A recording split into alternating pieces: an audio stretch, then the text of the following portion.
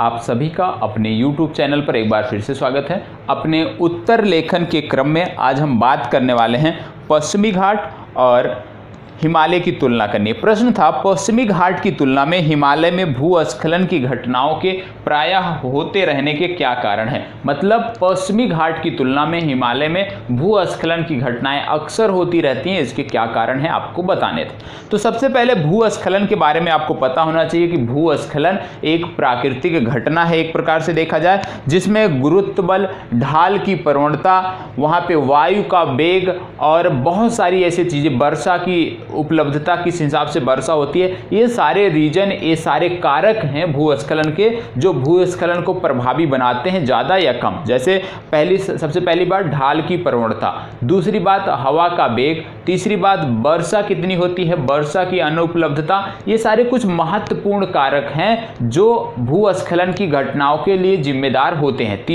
चौथी सबसे महत्वपूर्ण बात है कि वहाँ की मिट्टी कैसी है, वहाँ की चट्टानें कैसी हैं, ये भी महत्वपूर्ण घटक है भूस्खलन की घटनाओं का। तो सबसे पहले प्रस्तावना में आप लिखोगे कि भूस्खलन एक प्राकृतिक घटना है जिसमें ढाल की प्रवणता, इसके बाद वायु का वेग, वर्षा की उपलब्धता, इसके अतिरिक्त मिट्टी, वहाँ की मिट्टी कैसी है, मिट्टी की अवस्थिति, इन सारे जो महत्वपूर्ण घटक हैं इनके बारे में आपको पता होना चाहिए। तो सबसे पहले आप बताओगे इस प्रश्न की प्रस्तावना में कि भूस्खलन होता क्या है, भूस्खलन के लिए कौन से कारक हैं जो जिम्मेदार होते हैं। और आपको पता है कि भारत के 15% क्षेत्र ऐसे हैं जो भूस्खलन की घटनाएं, जहां पर आम है भूस्खलन की घटनाएं लगातार देखने को मिलती हैं। तो प्रस्तावना आपने लिख लिया कि भूस्खलन क्या होता है, भारत के परिप्रेक्ष्य में देख लिया आपने।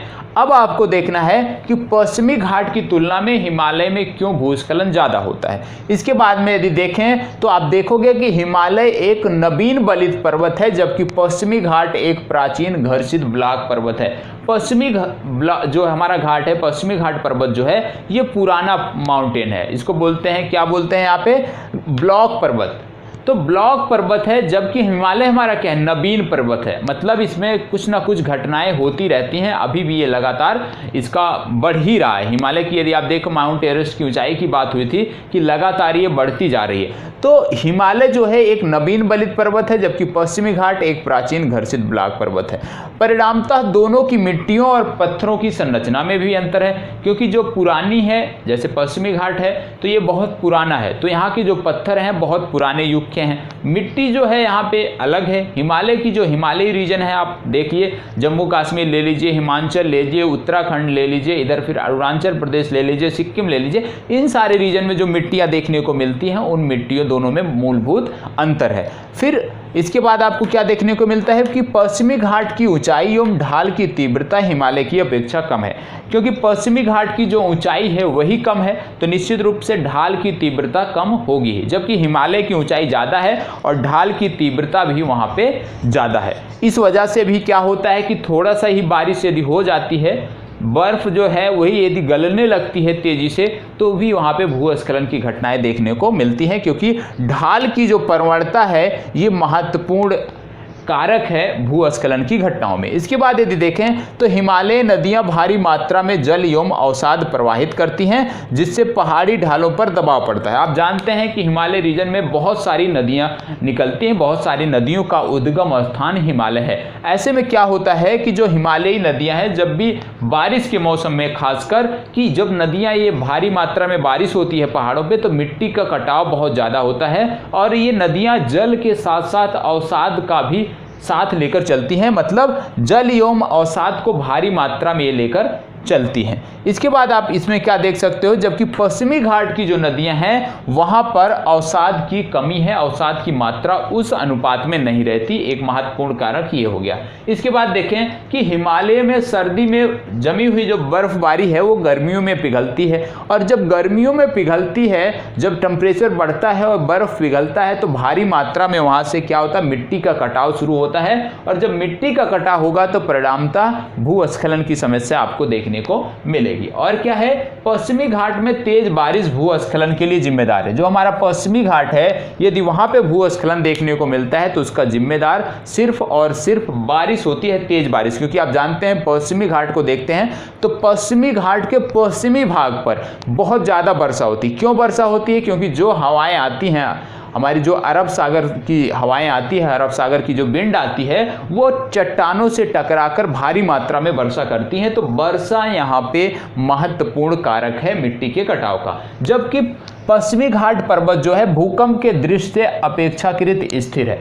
जो हमारा पश्चिमी घाट पर्वत है वो भूकंप की दृष्टि से अपेक्षाकृत स्थिर है। क्यों? क्योंकि भूकंप वहीं पर ज़्यादा आते हैं जो अस्थिर होते हैं, लगातार जिनमें परिवर्तन होता रहता है। ऐसे समय में जहाँ पे चट्टानों का लगातार चट्टानें टकरा रही हैं, एक दूसरे के नीचे जो है चट्टानें जा रहे हैं, तो निश्चित रूप से जहाँ पे भौगोलिक घटनाएं इस प्रकार की देखने को मिलेंगी, वहाँ पे क्या होगा, वह क्षेत्र अपेक्षाकृत अस्थिर होगा। जैसे हिमालय का क्षेत्र है, आप दिल्ली रीजन को ले लीजिए, लगातार पिछले 2 महीनों में 15 से 16 बार भूकंप की घटनाएं हो चुकी हैं। क्योंकि बोला जा रहा है कि जो रिज है, हिमालयन जो रिज है, वो आपस में टकरा रही है, उनमें खिंचाव आ रहा है। तो और हिमालय में क्या है, हिमालय विकास की अवस्था में है, और विकास की अवस्था में है इसलिए यहाँ पे भूकंप की घटनाएं देखी जा सकती है। तो सबसे पहले जब भी हमें लिखना हो इन चीज़ों के बारे में, भूस्खलन के बारे में, तो कौन सी नदियों के बारे में पता होना चाहिए। नदियाँ महत्वपूर्ण जिम्मेदार महत्वपूर्ण कारक हैं भूस्खलन की। दूसरा, वर्षा पता होना चाहिए कि कितनी होती है उस रीजन में, वर्षा एक महत्वपूर्ण कारक है।